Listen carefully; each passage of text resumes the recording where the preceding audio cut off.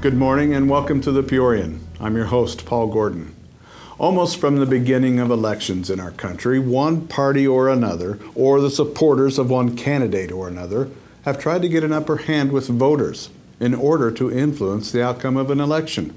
Well, the most common method, of course, is simply by trying to convince voters to go a certain way through campaign promises, rhetoric, or even lies. While some of that may at least border on unethical or immoral, there isn't anything illegal about it. But when there are attempts to keep certain groups from ever casting a vote, commonly known as voter suppression, well, that usually is illegal. Voter suppression also has been going on since elections began. In fact, it has only been in the last half century that elections have been free of legal voter suppression. The Voting Rights Act that abolished such things as poll taxes and literacy tests that some states use to suppress certain voters, usually African Americans and the poor working class, was not passed until 1965. And yet it still occurs. My guest today is Jackie Petty, part of a coalition called Let Me Vote that is trying to prevent voter suppression in Central Illinois. When we return, she and I will talk about this issue and later look at some important upcoming dates. Welcome back to the Orion. With me today is Jackie Petty of the NAACP and one of the leaders of a coalition called Let Me Vote. Jackie, thank you for joining me today. Thank you for having me, Paul. Anybody who follows politics closely knows that some states in recent years have already adopted voter ID laws. Mm-hmm. And that could lead to suppression, of course. And there's some states that are still looking at it, still trying to do it, such as Pennsylvania is right now. The supporters of those laws are trying to say that it's to prevent voter fraud. Opponents argue that the laws are aiming at preventing those least likely to have legal IDs from ever being able to cast votes. If the latter is true, who's being targeted? African Americans, Latinos, and the poor. It's obvious to me that that's what's going on, you know, because this election is going to be a close one, we're told. So why not prevent some of the people that would be going out to vote one way and stop that at the beginning? So the perception is that in this election, it's to prevent people from being able to cast their votes for President Obama. Exactly. Rather than for the Republican Party. Right. Are we hearing about it in any state and local races also, besides just the presidential race? No, I haven't really. But of course, that's going to happen on down the line, sure. You know. If they don't have the proper voter ID to vote, then they're not going to be able to vote for anyone. Have there been any attempts in Illinois to get voter ID? They talked about it at one time, didn't they? Not to my knowledge. Oh, okay. I've not heard that. But there has been forms of voter suppression here in Peoria, you know, and that's why we're very cognizant and on top of it. Not this year? No, not this year. Yet. In a former year. Would you tell us a little bit about that? What kind of led to to Let Me Vote being formed? That was one of the reasons. A postcard was sent out, and I believe it was in the year 2004. Okay. And it looked very official. I have a copy of it. And it said, you know, your registration may be under suspicion, and voter fraud is going on, and you could receive 5 years in jail if you participate in this.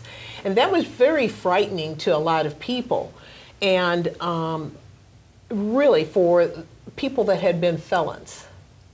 Many times they're told anyway that they can't vote when they come out of prison, and that's not true in Illinois. Okay. As long as they're not incarcerated, they can vote. And this card went to many of them. And one of them was smart enough to bring it in and show us. And we had, of course, to refer that to the proper authorities, and I never heard any more about it. If the person was found, I doubt it, because that would be hard to do. And so they were unable to find out who mailed these. Right. Was it obvious that it was targeting voters of any one party? Yes, because they were the only ones, to our knowledge, that had received the card. And they were known to be of that party from how they voted in the primary, Or just assuming that they would vote that way. Did it work? Did some people not vote? Well, we knew of some that weren't going to vote. Senator Kaler had a young African American that was staying at his home at the time, he and his wife. And that's how it was brought to our attention. I see. That young man, who had been a felon, received that card. And he wasn't going to vote. And Senator Kaler asked him, you know, let's go vote. And he said, I'm not going to. And after questioning him, it came out. What are some of the other methods of voter suppression that you know have been tried in Peoria in the past? Have there been others? No, not that I know of. I know of people being at polling places and telling a person that, you know, they're not registered to vote there. And in fact, they have been. And it was like they just skipped over the name, you know, or telling them that they're not registered. They don't show that they're registered. Phone calls also have occurred, correct? Yes. To people? Yes. Okay. I've heard of it, calls going to people and telling them that there was no need to vote now. Their party had already won. Oh. That kind of thing. Okay. Different techniques. When we come back, we're going to talk about who is behind the Let Me Vote coalition and what you should do if faced with an attempt to suppress your vote. Also, what are some of the more common attempts that are made? Stay tuned.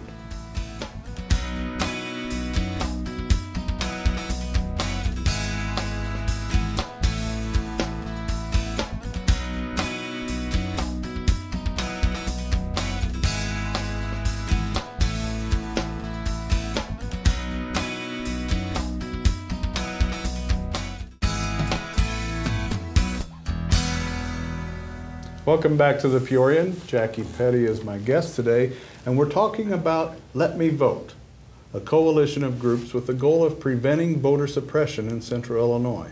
Jackie, who's head of Let Me Vote, and what are the organizations that make up the coalition? The organizations involved are the NAACP, the ACLU, and PCLC. That stands for Peoria Christian Leadership Council, and the League of Women Voters are involved with this voter suppression part of it. Whose idea was it to form the group?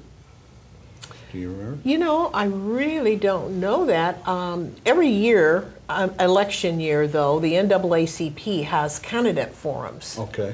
And so we just got together, and I don't know how we did that, but it was a good idea. Because of what happened in 2004? Right, right. Okay. Would you say that the organizations involved are groups that are used to fighting one form of suppression or another anyway? I think so, absolutely. I mean, what would some of the other forms of suppression be? Every day of the life of lower income and people, they fight suppression one way or another, don't they? Absolutely. Coming from even where you're going to live. Yeah. We get involved in that all the time at the NAACP and jobs, problems with jobs, on the jobs. Several people, including local politicians from both sides of the aisle, have told me recently that they don't think voter suppression is likely to be a problem here because, in Illinois, not in Peoria, but in Illinois, because it's considered a solid state for President Obama. they say that it's the swing states such as Ohio, Pennsylvania, Virginia. That's where the real problems are going to be. What surprised me about them saying that was that until I said, well, what about the local races? Because we have some very important local races going on as well. Those are just as susceptible to voter suppression as national races, are they not? Absolutely. But I think when we think of voter suppression, we think of presidential and senator, you know, congressional. But you're right, it goes all the way down the line, you know. The 2004 case that you cited with the card going out, I'm not going to name the race, but it was a local race rather than... It was a local race, absolutely. And we felt that that's what triggered the postcard. But we certainly could not say that for a fact. Throughout history, it's been both parties, right, that have been guilty of attempts at voter suppression. Not to my knowledge. Really? No. I thought that in the South, the literacy tests and the poll taxes, weren't those mostly Democrat tools? No, I don't know that. Okay. The Voting Rights Act of 1965 abolished those, but it didn't stop voter suppression, did it? No, not at all. Right. Okay. Would you tell us what some of the more common lies that people are told to try to suppress their votes? We've discussed one of them, and that's felons cannot vote. And we try to get the word out all over town, and we have flyers, you know, telling them that they can vote. In Illinois? In Illinois, and we'd be happy to register them. Legal immigrants who try to vote will be arrested. That's that's a farce. People with an outstanding warrant who try to vote will be arrested. The day for you to vote has already passed. So go home. Your candidate has already won. There is no need for you to vote. And you're not eligible to vote. Those are common ones. And we've come up with little flyers that we'll have even at our candidates forum, and we're going to put them in beauty shops and barber shops and laundromats, hoping that people will pick it up and look at this. Okay. We're going to break now, and when we come back, we are going to talk about what you should do if you are faced with attempted voter suppression. But first, here is our own Kevin Kaiser to tell us what's happening in the literary world. Hey, happy Independence Day to all my viewers in Botswana. Look it up. This week, it's another exciting episode of Kevin Reads Stuff So You Don't Have To, Science Edition. And this week, the book is Glass-Eating Scientists, Nuking the Moon, Electrified Sheep, and More Bizarre Experiments by Alex Bose. Now, Bose is also the author of Elephants on Acid and Hippo Eats Dwarf, which are either books or headlines from the Weekly World News. Maybe his next book will be about the Bat Boy. Anyway, in Electrified Sheep, Bose takes a look at mad scientists throughout history who gave free rein to all the strange thoughts swirling around in their gray matter. During the 18th century, one of those strange thoughts was experimenting with electricity. It was all the rage in Europe and America. And while guys like Ben Franklin get a lot of the credit, there are some unsung heroes of the electrical revolution, in particular, birds. That's right, many a finch, sparrow, chicken, and turkey ceased to be as they were the research animal of choice back in the day.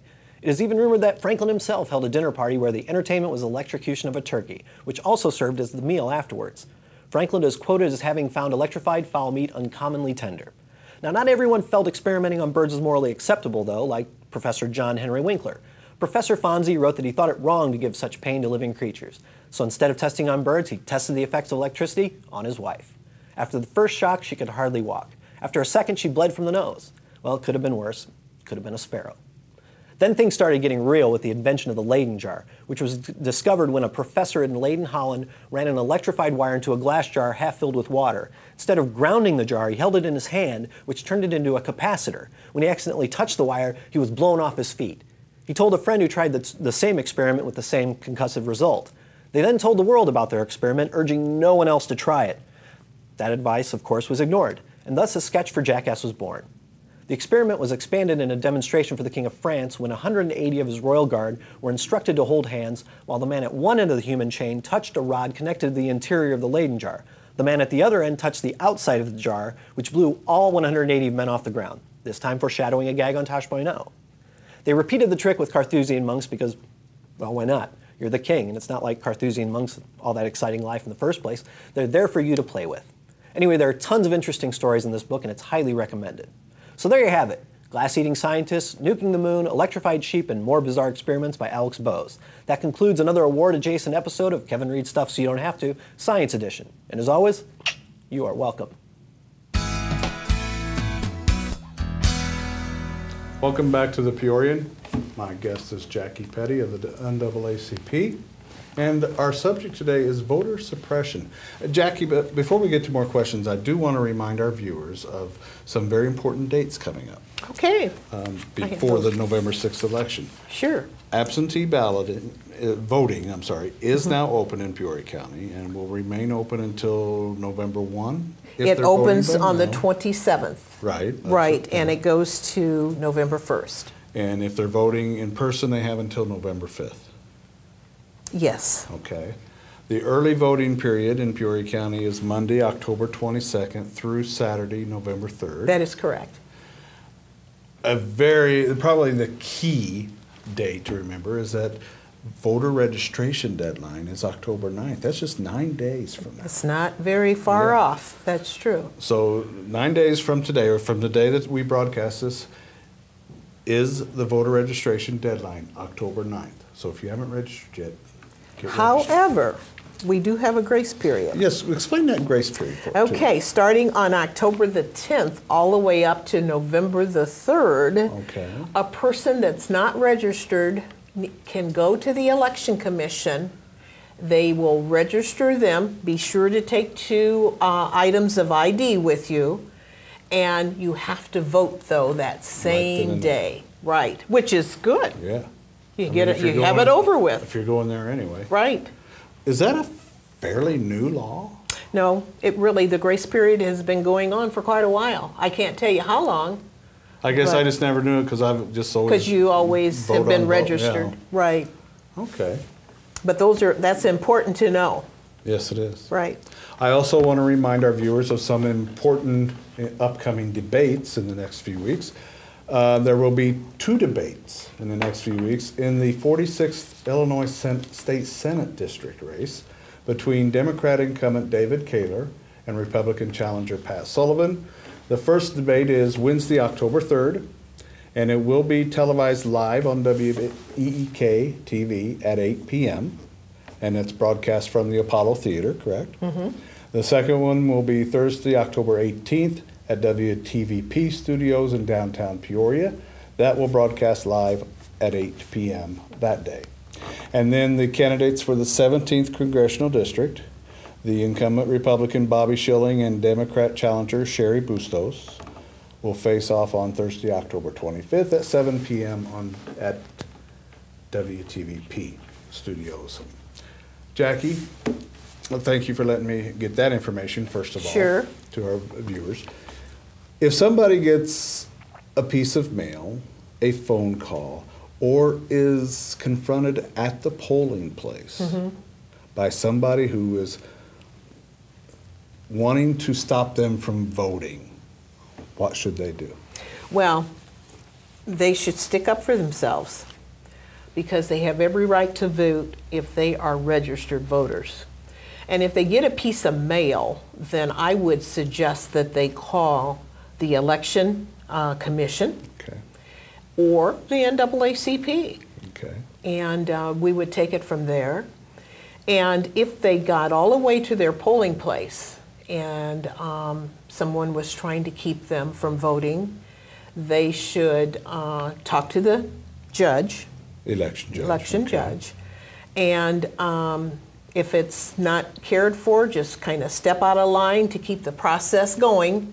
And the ask the election judge for a number to the Election Commission, and they should call and talk to the person there. Should the election judge first see if the person is registered? Oh, absolutely, I think. And if they're registered, there's nothing There's anybody can do nothing, to there's stop no them. problem. There's no problem. And another thing, you don't have to show your ID when you go to your polling place.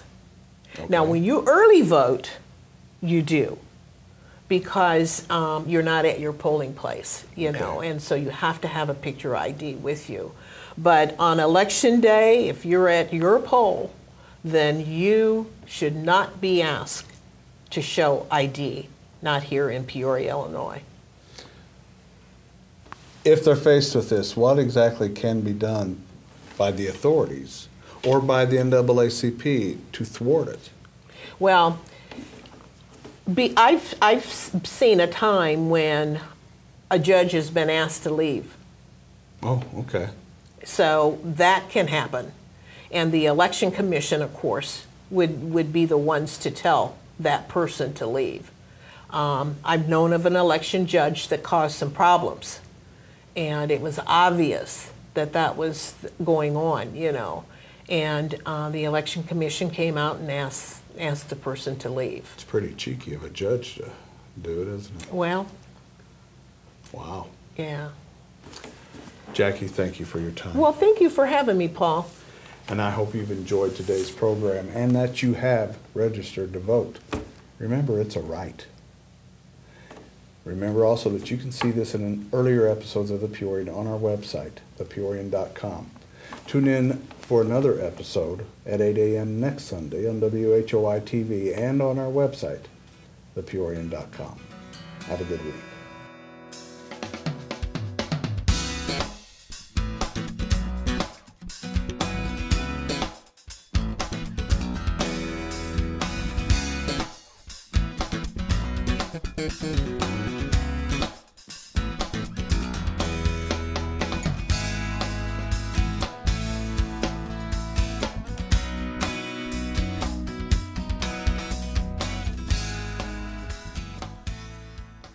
Música